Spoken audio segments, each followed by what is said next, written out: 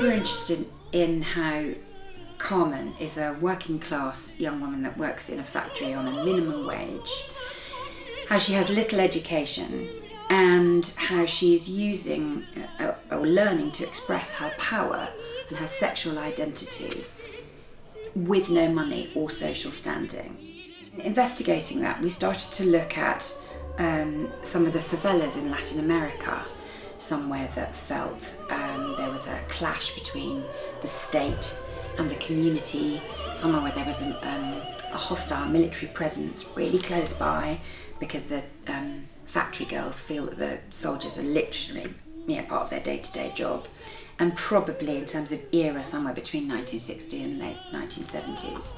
Once we had the concept, I started looking at films from the 70s and films set in the 70s, books, online. I love shopping for vintage. It's always really nice to see some, old thing that's been lying around for 40 years given a new lease of life. We've had to do a lot for Carmen. We've used a lot of original 70s stuff, and even if we can't use it in the show for some reason because it's too small or too fragile, sometimes we copy a whole garment, or we'll just take the details from something and transfer them onto something that we're making. I think Escamillo's costumes are the most complicated. He's got 3 custom-made costumes.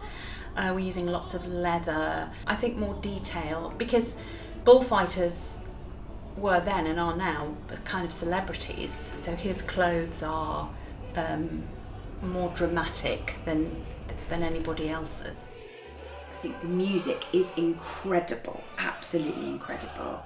But I also think the narrative, the story is so powerful. It's about a modern working class woman trying to express her sexual freedom and her sexual preferences in a world that isn't allowing it. And I don't think right now you could get a more modern story than that.